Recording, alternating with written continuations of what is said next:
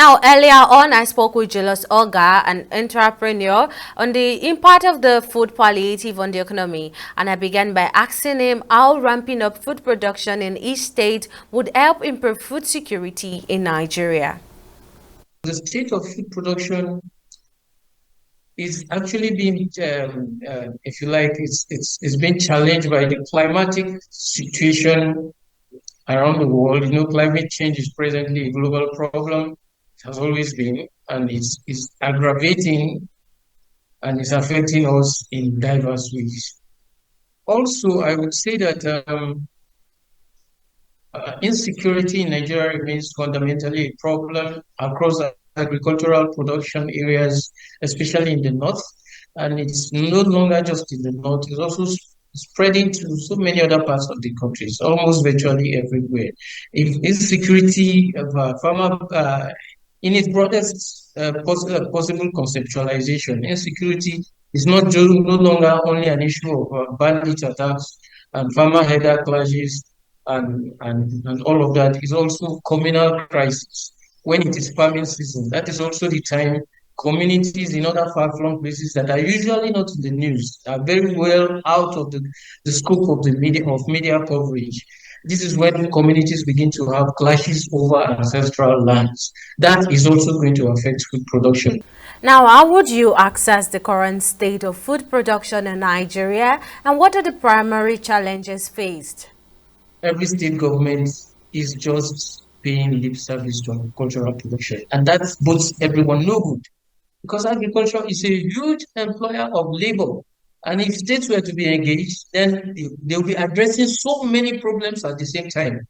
They'll be addressing the crisis of food shortage, they'll be addressing the crisis of unemployment, and they will be addressing unemployment as a fallout of joblessness, which leads weak-minded people into crime. So they will be also reducing crime. All right, so lastly, before I let you go, how can the proposed grant and financial support be utilized effectively to support food production initiatives? Those are huge sums, if you ask me. They are huge sums, and if they were to be deployed for the purpose for which they are meant, they will invariably, throw up a lot of economic activity, and our economy will improve in a not too distant time. But we know that these pronouncements are often made by politicians to achieve predetermined ends. They make these pronouncements actually without being intentional in making those pronouncements, without having, the zeal, the drive to make these things work. They just bandy about huge numbers, huge amounts of financial resources, and then you discover they just disappear into thin air. We've been experiencing this. Government had disbursed palliative money to state governors, and as we speak, I'm yet to meet a single individual that will say, I have gotten something that was given to me by my state government. Government disbursed food palliatives in the beginning of the year to ease inflation and hardship on people.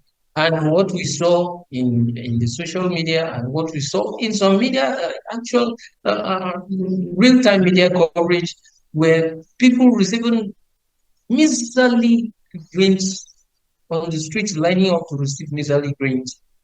This is not what is intended. It doesn't achieve anything.